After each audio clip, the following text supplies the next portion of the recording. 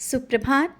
बाबा कहते हैं, मेरे प्यारे बच्चे, जानता हूँ कुछ रिश्ते तुम्हारे जीवन में ऐसे हैं जो तुम्हारे लिए बहुत ही ज़रूरी हैं और तुम उनका बहुत ही ख्याल रखते हो।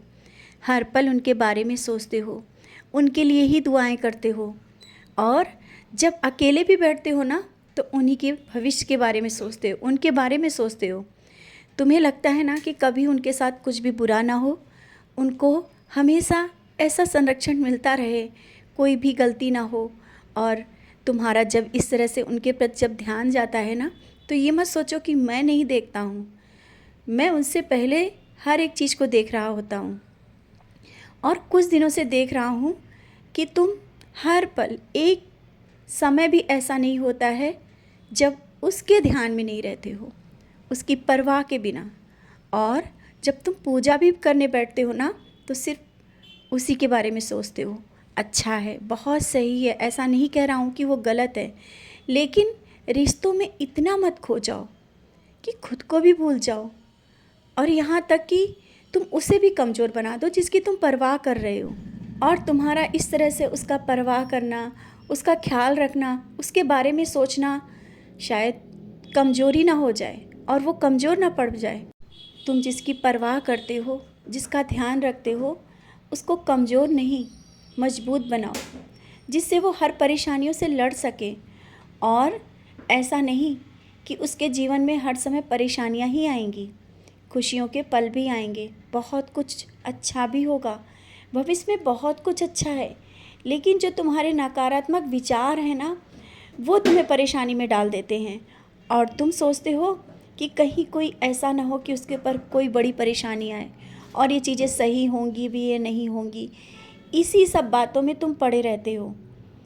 आज मैं तुम्हें समझाना चाहता हूँ, यही बात समझाना चाहता हूँ।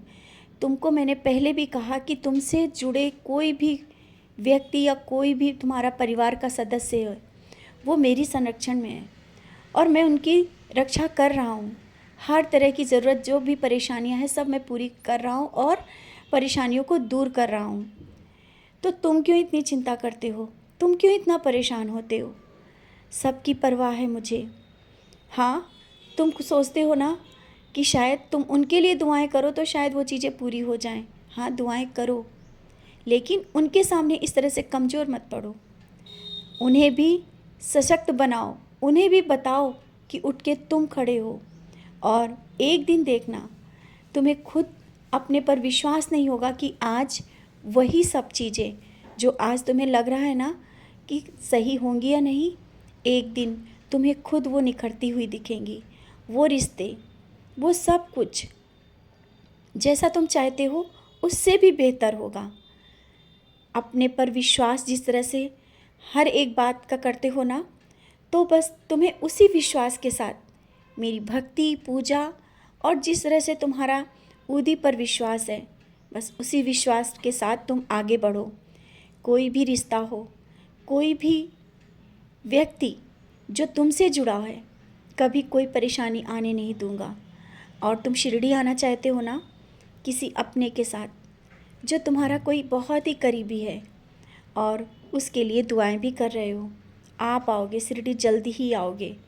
इसके लिए तुम परेशान मत हो, मैं तुमसे मिलने के लिए परेशान हूँ, बेकरार हूँ तुमसे मिलने के लिए। तुम जिस तरह से मुझसे मिलने के लिए परेशान रहते हो ना बच्चे, मैं तुम्हारा पिता हूँ, मैं भी तुमसे मिलने के लिए परेशान हूँ। आओ, मैं बुला रहा हूँ। मेरी द्वारका माई में जब तुम बैठोगी ना, तुम मेरे स्पर्श का एहसास कर पाओगे और वो एहसास मैं इस बार तुम्हें दिलाऊंगा, अवश्य दिलाऊंगा। मैंने तुम्हारे लिए बहुत कुछ सोच के रखा है, बहुत कुछ दूंगा। अब ये मत सोचो कि तुम कैसे आ पाओगे, कब आओगे। मैंने बुला लिया है, तुम्हारा इंतज़ाम मैं कर दूंगा और कर रहा हूँ। तुम निश्चिंत रहो, खुश रहा करो, अच्छे विचार मन में लाओ, छोटी छोटी बातों को लेकर के परेशान मत हो। तुम बहुत ही मजबूती के साथ आगे बढ़ो। समय के साथ देखना सब चीज़ें सही हो जाएंगी। मैं तुम्हारे साथ हूँ, तुम्हारे घर में हूँ, तुम्हारे हृदय में हूँ। तुम्हें सोचने की कोई ज़रूरत नहीं, खुश रहा करो और जिस तरह से तुम परेशान हो, परेशानियों को दूर करो, खुशियाँ बांटो, सब सही होगा।